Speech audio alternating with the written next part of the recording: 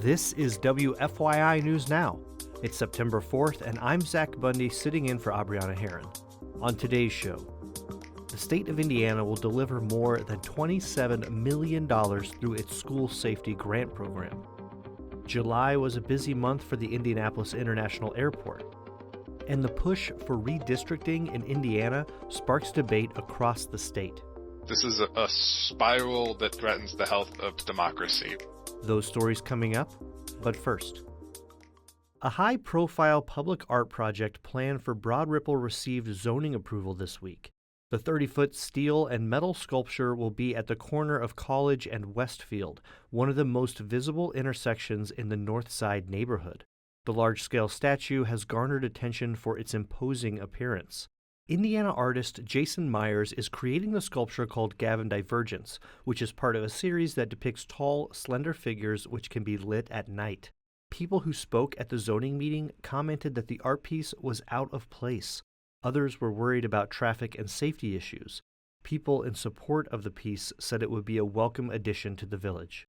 The sculpture is already privately funded, and a foundation has been established to maintain the piece. The project still faces a few procedural approvals before being built. The state of Indiana will deliver more than $27 million to nearly 500 schools this year through its school safety grant program.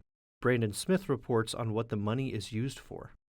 Lawmakers increased school safety grant funding in the new state budget by 10%, up to just over $27 million. Still, the amount of funding requests exceeded that total amount.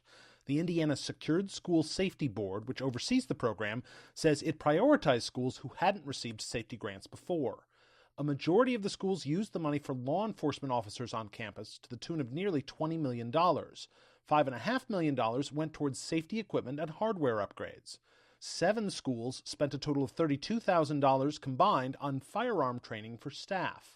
The board doesn't release how each individual school will use the money, saying it keeps that private for security reasons. I'm Brandon Smith at the Statehouse. More people are leaving Indianapolis than ever before on airplanes, at least according to the Indianapolis International Airport. July saw the largest number of passengers flying out of Indy ever recorded at the airport. The Brickyard 400, Black Expo, and the WNBA All-Star Celebration were all cited by officials as contributing factors. The airport also announced a new international nonstop flight to the Dominican Republic starting in December. And for our final story today, hundreds rallied at the Indiana Statehouse last month against a push to redraw congressional districts, while many Republican lawmakers were in Washington meeting with the Trump administration about the same plan. As Farah Anderson reports, the unprecedented push to redistrict has sparked debate across the state. Redistricting normally happens every 10 years after the census, but President Trump wants to do it now to lock in more Republican seats. Republicans in Indiana already hold 7 of the state's 9 congressional seats. Governor Mike Braun says he'd need to call a special session and that the process shouldn't be rushed. They have the money, but we have the people. Outside the Statehouse last week, protesters said new maps would weaken Democratic votes and rig future elections.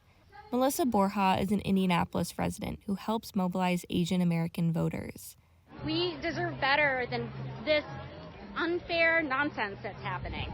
Protester Linda Robinson says Republicans already hold most of the power in Indiana, and she's frustrated they want more. I'm tired. I'm tired of Donald Trump and all of his minions doing whatever they think they want to do.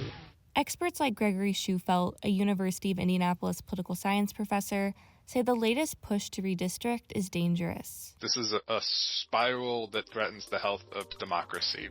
I'm Farah Anderson. That's all for today's episode of WFYI News Now.